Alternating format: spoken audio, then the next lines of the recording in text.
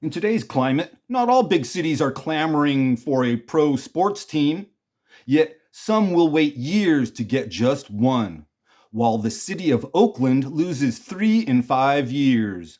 The Raiders, Warriors, and A's. That's a loss of over 300 games a year to watch.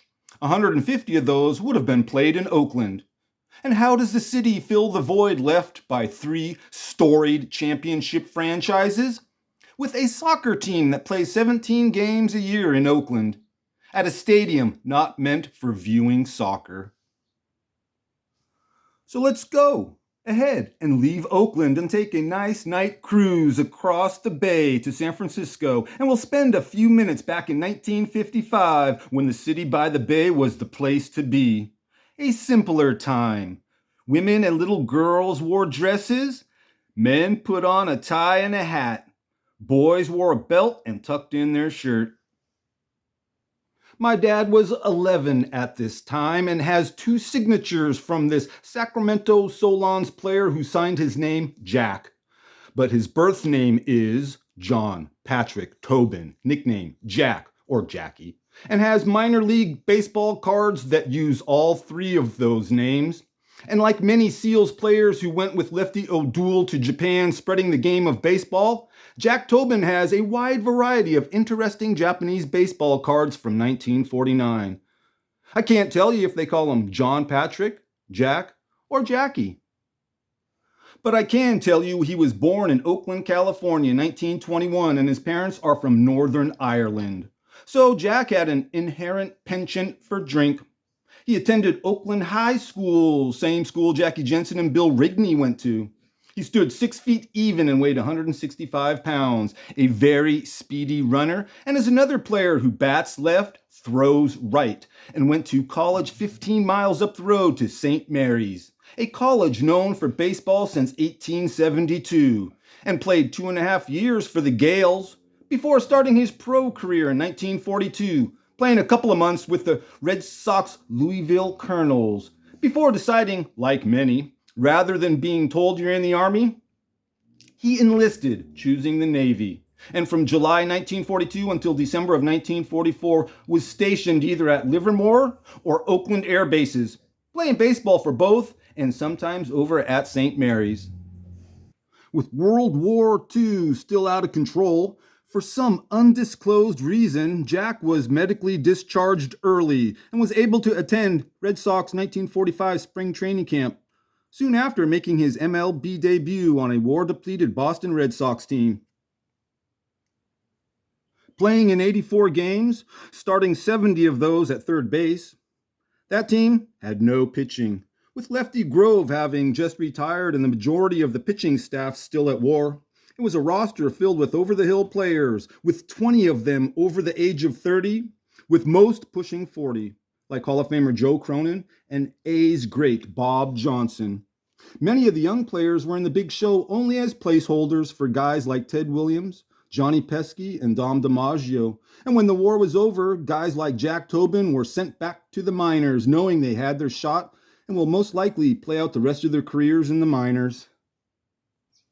Life after the war and after the majors started in 1946 as a member of the New Orleans Pelicans, then the Tulsa Oilers in 1947, a team that he hated.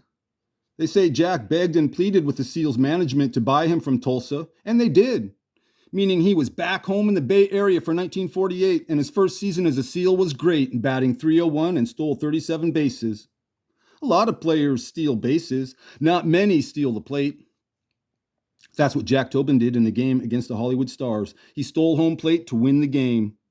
He was named Seals MVP for 1948, missing out being PCL MVP by only 3 votes. Jack played for the Seals for 3 seasons before being traded to Cleveland's affiliate San Diego Padres for 1951 and 1952. When the Padres traded him to the Seattle Rainiers after the 52 season, Seattle sports writers wrote, "San Diego lost its best athlete." His first season with Seattle, Jackie played in 178 games, had 709 at-bats, and 210 hits, batting just under .300. He only hit 3 home runs, and they all came in the first 5 days of the season. with only 10 stolen bases, whereas the previous 9 seasons he had 20 or more 5 times. Yet, this was his best season, confirmed back home in the Bay Area when the local sports writers named Jack Tobin Pacific Coast League MVP for 1953. But the official award went to Dale Long of the Hollywood Stars. I compared their stats, they're close. The big difference? Jack hit just those 3 home runs at the start of the season, and Dale Long hit 35 homers and helped the Hollywood Stars to win the pennant. Jack's next 2 seasons were cut short due to injury. In 1954, he collided with a Seattle teammate in the outfield, causing serious injuries to his head and upper body, and didn't fully recover that season. And the Rainiers would trade him to the Solons for 1955, where Jack would miss half the season with a torn ligament in his heel. Still with the Solons for 1956, but now a newlywed, slowed down by injuries and weighed down with a few extra pounds put on from the wife's home cooking. But really, he lost his speed years prior. Early in the 1957 season, Jack and Gene Bearden were traded to the Minneapolis Millers, Yankees' top affiliate. Both players were 36 and would be the oldest on their new team, with Orlando Cepeda the youngest at 19.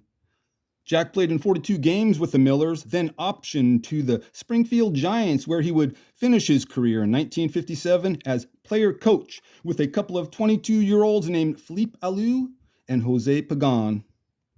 Most of Jack's 14 seasons were spent in the high minors, playing in over 1,200 games. He didn't hit many home runs, only 20, but a nice one was in 1950 when he hit a pinch hit grand slam in the top of the 10th inning against San Diego. Another nice one came in his final season when he smacked a hit, and with the speed left in his 36-year-old legs, Jackie Tobin turned that hit into an inside-the-park home run. Jack Tobin had a brother, 8 years older, named Jim, who pitched in the minors for nearly a decade. Most spent in Boston playing with the Braves. The brothers would see each other from across the field a few times during the 1945 season, but never squared off in a regular season game. They would, however, have other opportunities to face each other. In the old days, before the start of each season, the 2 Boston teams would have a 3-game series called the City Series. These were annual exhibition games that started in 1925. Big brother Jim didn't pitch in any of those games for the Braves. Little brother Jack played in 2 for the Red Sox, going 2 for 4 with a double in the first game, and in the second game was 3 for 5, a single, a double, and smashed a home run up into the jury box at Braves Field. One of the best games of his career, and didn't even count. When it came time to play the third game, Jack was held out with a slight crack in his thumb, forcing him to miss the season opener, delaying his MLB debut. The Tobin brothers would face each other only one time while both wearing their big league uniforms. It was at an MLB benefit game held to raise war funds, played at Fenway Park in front of 25,000 fans. The one and only time Jack batted against his big brother Jim, he hit a dink single to center field, off what Jack said was a slow knuckleball, and was later quoted saying, "Our 55-year-old mother can throw harder than Jim." Jack can joke, but big brother Jim gets the last laugh because he's the one who played 9 years in the majors. He's the one who threw 2 no-hitters in 1944. He's the one who was an MLB All-Star. He's the one who is a World Series champ. And if that's not enough, on May 13th, 1942, as a member of the Boston Braves, pitcher Jim Tobin can say he's the one who hit 3 home runs in one game. To this day, the only pitcher in MLB history to do so. Getting back to little brother Jackie, whose resume would never match that of his big brother Jim, and there's a couple of reasons for this. 1, he just wasn't as good. And 2, he drank. Everything I just told you about Jack Tobin, picture him doing it while inebriated. He was a heavy drinker. What's that, Ed? How heavy? I really don't know. But by all accounts, just from his 1945 Red Sox teammates, a real heavy drinker, with some saying Jackie wasted his talent and have stories about him showing up to games drunk and then play drunk. The kind of stories not worth telling. But I did find this one. His Red Sox teammate Eddie Lake said Jack could run, hit, throw, and field, but was the worst of the heavy drinkers and didn't stop drinking until the game started. One game, Jack showed up so drunk, Eddie Lake told manager Joe Cronin, "He's going to get killed." Cronin replied, "To hell, let him get killed." Sounds harsh, but manager Cronin was fed up, and it's been said that before the season started, Joe Cronin offered Jack $5,000 to stay sober for 3 months.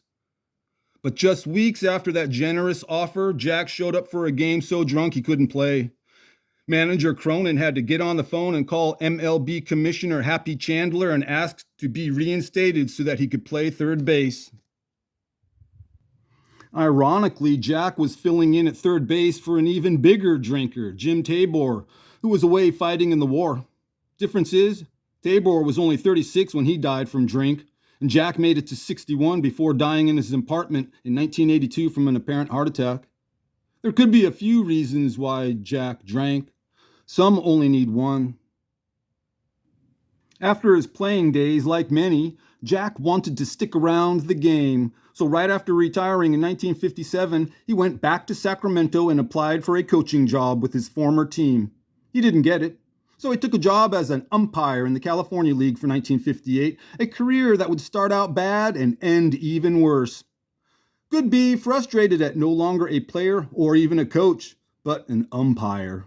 Early in his first season as an ump, that frustration came out one game when Jack got into a fistfight with Fresno player Ed Hughes. Despite this, he was promoted to the Pacific Coast League the following season. A couple of years go by. As a civilian, if you're in every newspaper in the country, it's either for doing something good or for doing something bad. Guess which one it was for Jack? It was bad. Not OJ bad. Maybe I should say dumb. But really, it was bad. In August of 1961, Jack was arrested at the airport in Hawaii on the charge of causing a bomb scare and being a public nuisance. His Pan Am flight leaving Hawaii included the Vancouver Mounties baseball team, some PCL umpires, and many tourists. Flight was delayed 4 hours while all the passengers were asked to get off the plane so it could be searched. Jack's flimsy excuse was he had too much to drink and was just making a joke with the other umpires. Surprising what you could get away with back in the good old days by blaming everything on joking around while drunk. After his arrest, Jack was immediately suspended by the league and kept in Hawaii for 3 weeks until he was cleared of the charges, and the entire incident tarnished his record and his days in baseball were over. Saying goes, it's all fun and games until someone gets hurt, arrested, or killed. In Jack's case, getting arrested cost him a career that could have kept him in the game for years. Instead, he ended up in a mindless job at a PG&E warehouse working in material control. As far as having a special moment to look back on during his one and only season in the Big Show, there was one game Jack may or may not remember. It was on April 28th, 1945, and it involved the whole Red Sox team.